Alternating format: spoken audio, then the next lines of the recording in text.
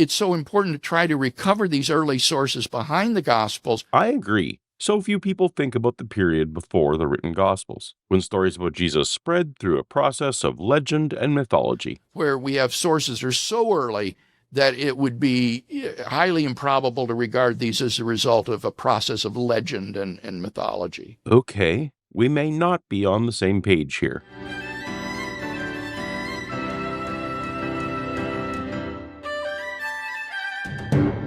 Welcome to Paulogia, where a former Christian takes a look at the claims of Christians. Joined once again by renowned New Testament scholar Dr. Bart Ehrman.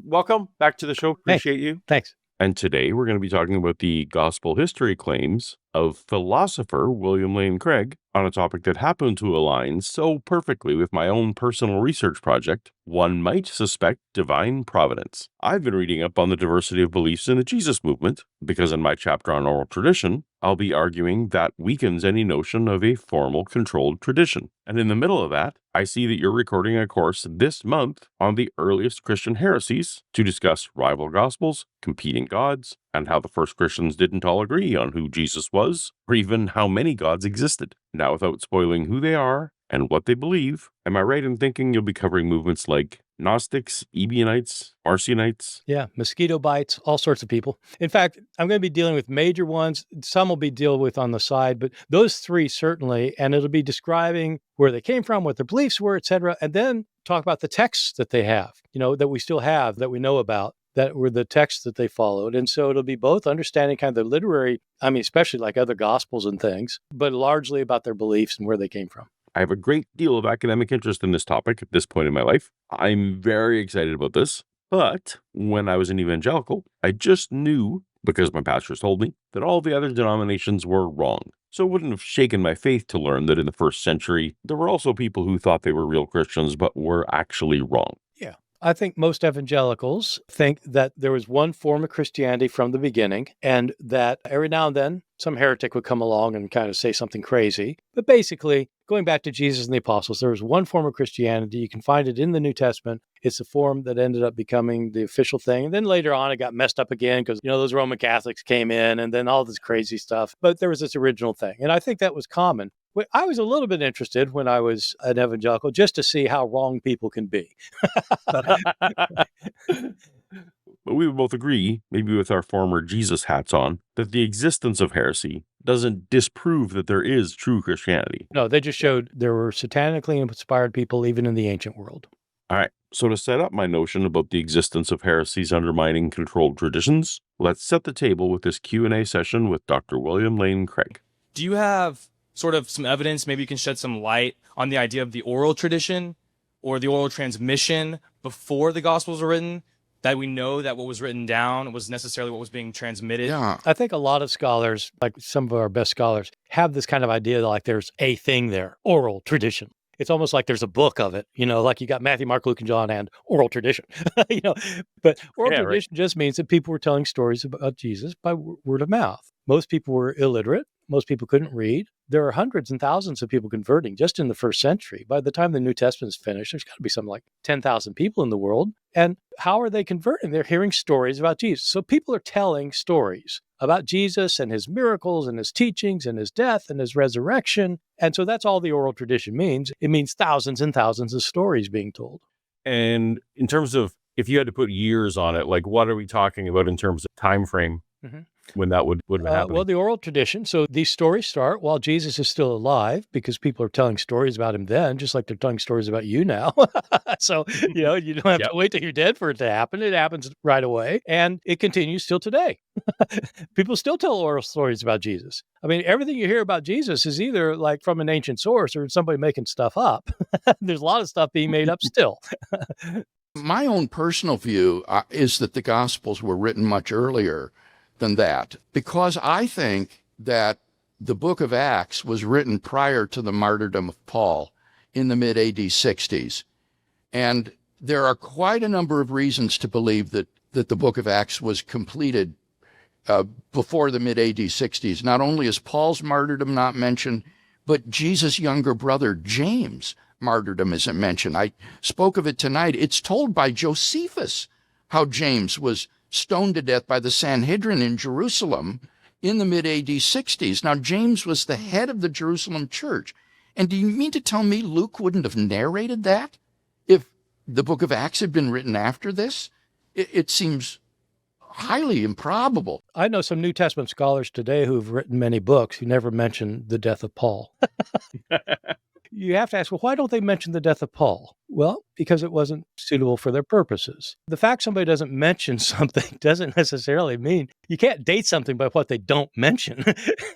What, do they mention the death of Socrates? What were the relation to that? So the issue is that I think William Lane Craig and other people would argue, as I suppose I probably argued when I was an evangelical, that since Paul was the major figure in the book of Acts, that he would certainly want to narrate his martyrdom if he knew about it. And there's a certain force to that argument, and I get it, but I think it's absolutely wrong. The reason it's wrong is because when you read Acts, the clear understanding of Paul in Acts is that nothing can stop him. He gets beat up, he gets persecuted, he gets driven out of town. Awful things happen. At one point, he gets stoned to death, and they leave after stoning him. He gets up and walks into the next city and evangelizes. Right. You cannot stop this man, and you cannot stop him because the Holy Spirit is behind his mission. And so God is behind it. God's not going to allow him to be stopped. His martyrdom stops him. And so I think Luke had a very good reason not to talk about the martyrdom of Paul, because it would be contrary to the entire picture he's trying to portray. So I don't think that the absence of Paul's death shows that it was written before that at all.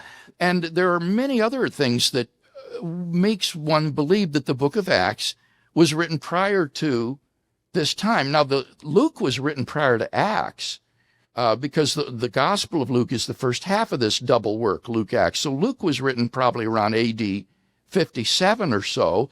That's exactly the same date as 1 Corinthians, well, almost exactly the same date as 1 Corinthians 15, about AD 55. So that would put Luke's gospel at about the same date as some of the Pauline correspondence. And Mark's gospel was used by Luke, which would put it even earlier. And so I think that the window between the events that they describe and the writing of the gospels, in the case of Mark and Luke and probably Matthew, is very short indeed. I agree with the broad consensus that Mark was the first gospel. This is the critical consensus. Among scholars who are Christian and non-Christian, but like critical scholars, usually date Mark around the year 70, probably a year or two later than that. Matthew, Luke, probably in the mid-80s, later than Mark, because they seem to have used Mark, and John, probably the last gospel sometime in the 90s. And so there's about a 40-year gap between when Jesus died and our first account of him. And so 40 to 65 years for the Gospels distance from Jesus himself.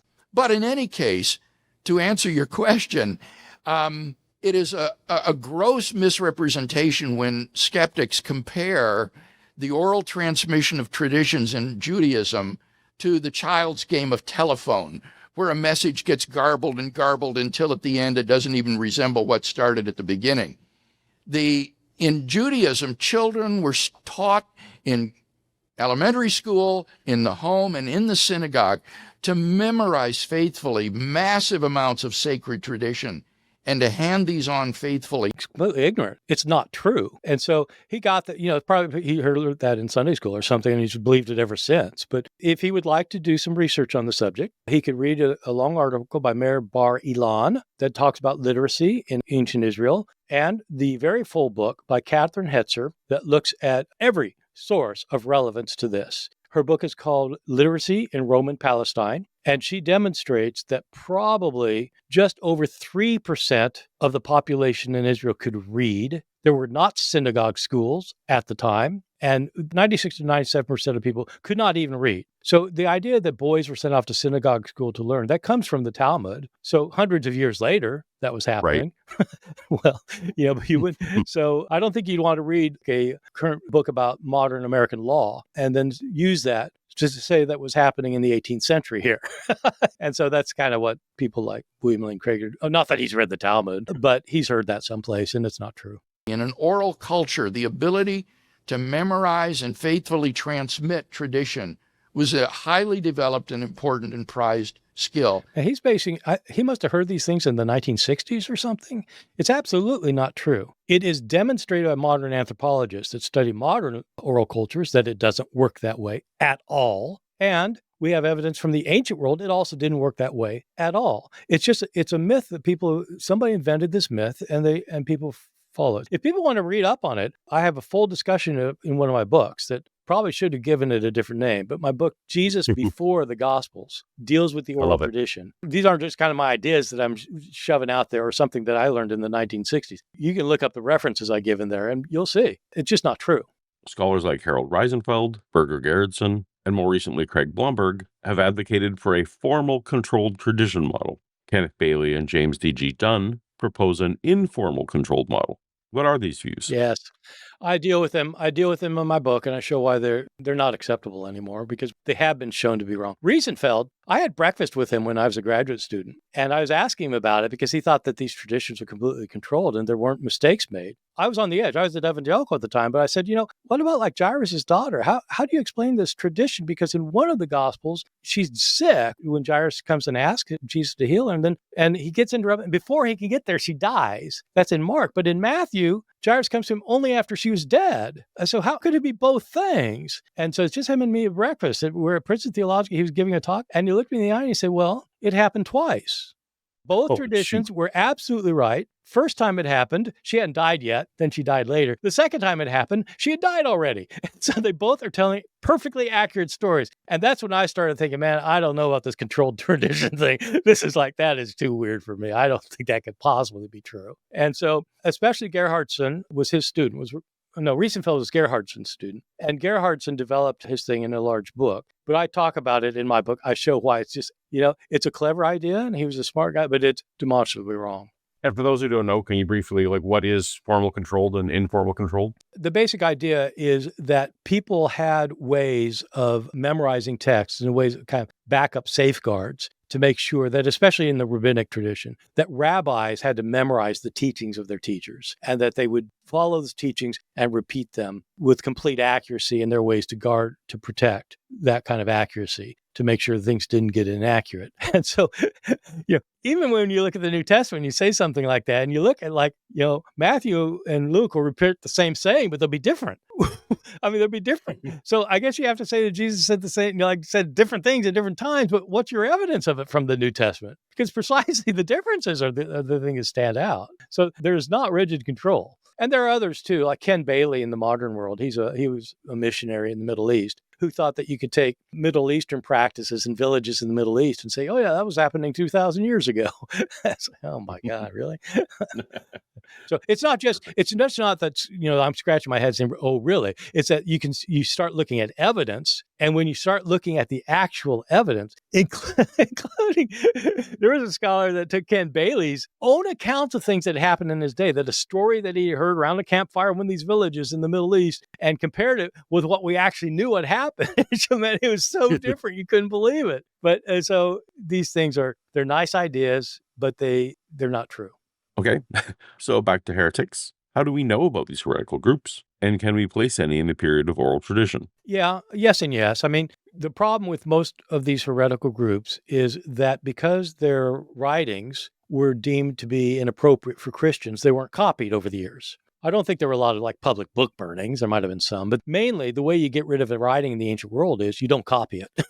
And since you don't copy it, we don't have any copies of it anymore. But there have been discoveries of texts. And one of the things I'm going to be doing in my course is not only talking about these various groups that we know about, and especially in the 2nd and 3rd centuries that hold to various beliefs, but also talk about the texts that we know that they produced, some of which survive today, and show how these work, and so these Gnostic Gospels, for example, or Jewish Christian Gospels, and what we know about them based on the remains. So we do have literary remains. A lot of our information about these various heretical groups is by the church fathers who were opposing them. These church fathers opposing them are called heresiologists.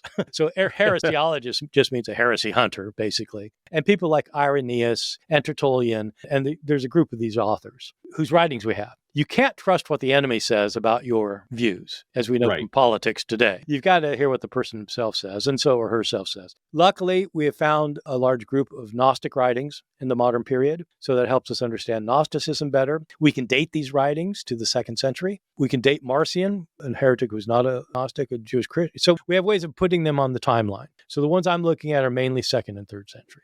Do we have any evidence of any kind of theological splintering before Mark was written. Yes, absolutely. So our earliest author is Paul. Paul's letters, we have 13 that claim to be written by Paul. Probably 6 were not, but 7 of them almost certainly come from Paul. And one of the striking things in Paul's letters is that he seems to have as many enemies as friends Right. among the Christians. And his most vitriolic attacks are against Christians, people who claim to be followers of Jesus, who have a very different perspective from him on major issues. Paul starts writing probably about 20 years or so after Jesus' death. And already then we see these splinters within Christianity, with one group saying one thing, one saying another thing. And when Paul's attacking people, the people he's attacking in Galatia, their awful views are not related to the awful views in Corinth. So Right. it's like, so there's clear diversity happening early on. That reminds me of Clement talking about people being jealous of Paul. Yeah, well, That there's was some of certainly that. a lot of schisms. One of the problems that historians encounter is what to call these things. Because, obviously heresy for most people means like wicked false belief. We talk about these groups as heresies. I don't have a value judgment about who was right theologically. I'm not doing theology, I'm doing history. But what historians do today, the groups that had views that ended up being suppressed and lost out, we just call those heresies for convenience sake. And the group that ended up winning out, that ended up establishing what Christianity would be, we call that orthodox. But it's not that we're really thinking that that group was right. Right. It's just, that's what we call it. But one question is it appropriate to call them heresies before the 2nd century or not? And yeah. what would count, and does it have to be a belief? Can it be a weird practice? Like, is circumcising, do men having to be circumcised, the problem in Galatia, does that count as a heresy? Or is it a schism? Or is it like just crazy or painful? What is it?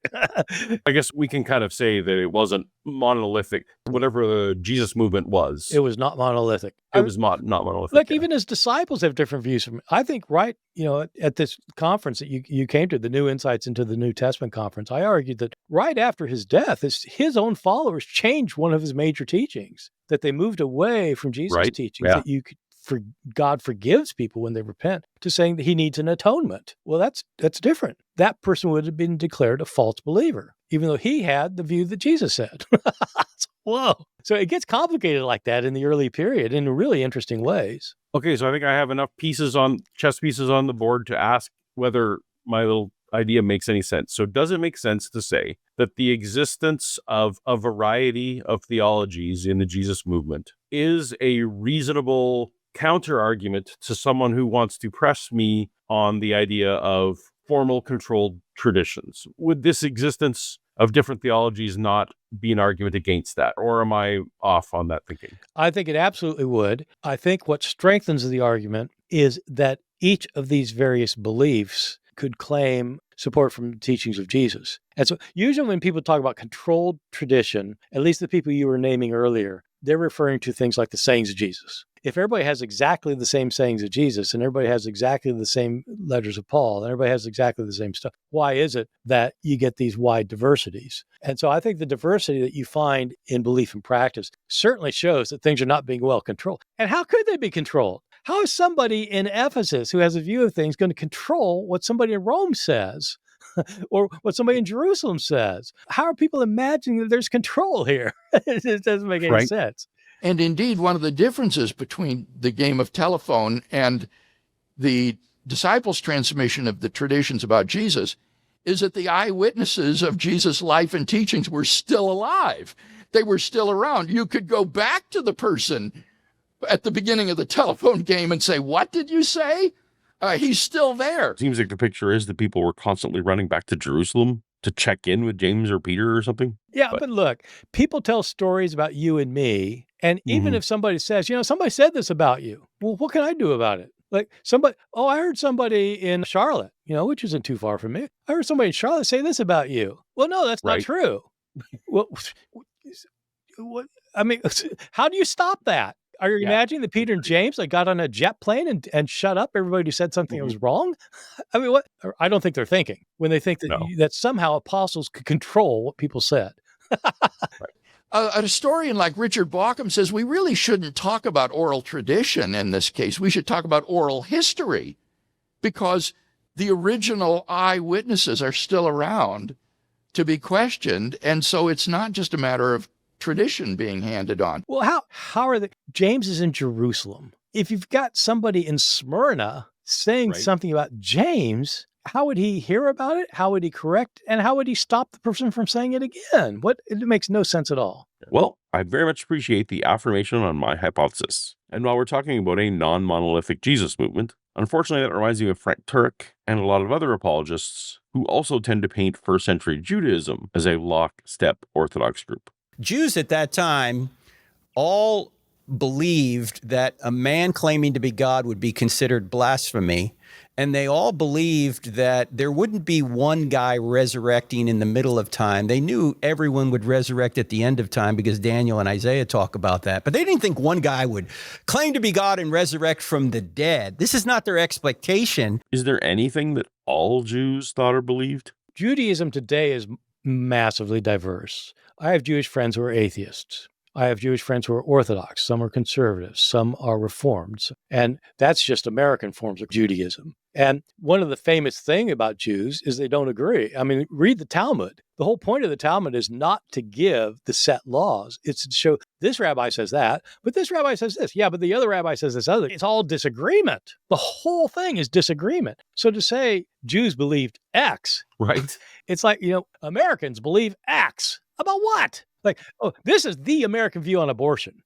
This is the American view on immigration. This is the American view on whatever, gun control. I mean, pick something. There's no American view. There's lots of views. And so Judaism's like that. So no, it's a bit crazy to say no Jew would believe this, that, or the other thing, especially when you start seeing what Jews did believe, by the way. It's been in the last 50 years that people started realizing, whoa, Judaism was diverse. Look at this. So I suggest people who say things like that maybe should do some reading, and kind of read what scholars who study Judaism for their entire lives, often Jewish scholars themselves, what they tell you about Judaism in the first century. And definitely things that are post Dead Sea Scroll discovery for sure. Well, post Dead Sea Scrolls, but also people reading other books that, you think that you just read the Hebrew Bible and you know what Jews think.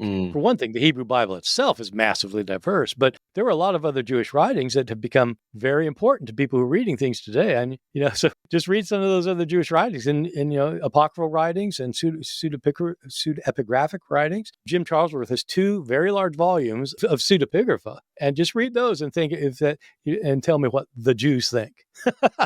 Well, we've talked about my current interest in early Christian heretics, but what are some other reasons that normal people will want to learn about the earliest Christian heresies? I think a lot of people have come to realize that there were other books written by Christians that claim to be written by apostles. For example, Gnostic Gospels, the Gnostic Gospels. People realize, oh, what are those things? And what are the Gnostics? And that sounds kind of interesting, but weird. So this course will explain what Gnostics believed. There are lots of different Gnostic groups, just like there are lots of Christian groups, but I'll talk about those. I'll talk about some of the writings. Today, I've had several debates. You may have too, Paul, with people who call themselves Messianic Jews.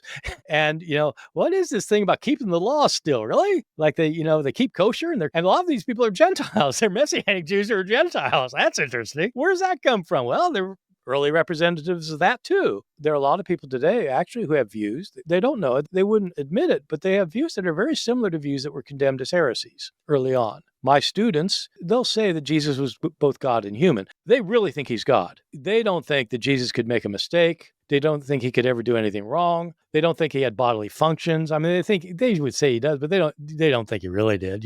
He didn't have to eat, and he could have spoken Swahili when he was a 2-year-old. Why not? He's God. That's one of the early heresies. I'm going to be talking about it. So I think there are lots of reasons to watch this course. One thing, it helps to explain what Christianity is today. It also helps explain how Christianity became what it is today, and it presents alternative views that are just interesting in and of themselves. Well, I am now disheartened to learn that if I time travel to the first century, that I may not be able to converse with Jesus in English. I'm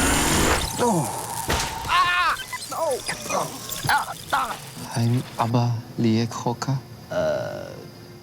No speako Greeko? Has my father sent you? What? You speak English? Are you Jesus? Well, he did speak King James English. Can you do that? I could brush up on that. That's the halfway point. Okay, Perfect. yeah. Just get out your King Jimmy. All right. The full course is going to be 8 full lectures. If you can attend live on November 8th and 9th, you can even be part of the Q&A. But everyone who enrolls, no matter when, gets lifetime access to replay all the material. To sign up, head over to tinyurl.com/BartHeretic or tap on the link in the description. And by doing that, you'll be helping the mission of the channel, which I greatly appreciate. Bart, thanks again for stopping by and sharing your expertise. Yes, thanks. Appreciate it. If you'd like to see more of we former Christians taking a look at the claims of Christians, tap on the Bart Ehrman on Paulogia thumbnail on screen now, and I'll see you over there. Until next time, later. Oh my God, Paul was there.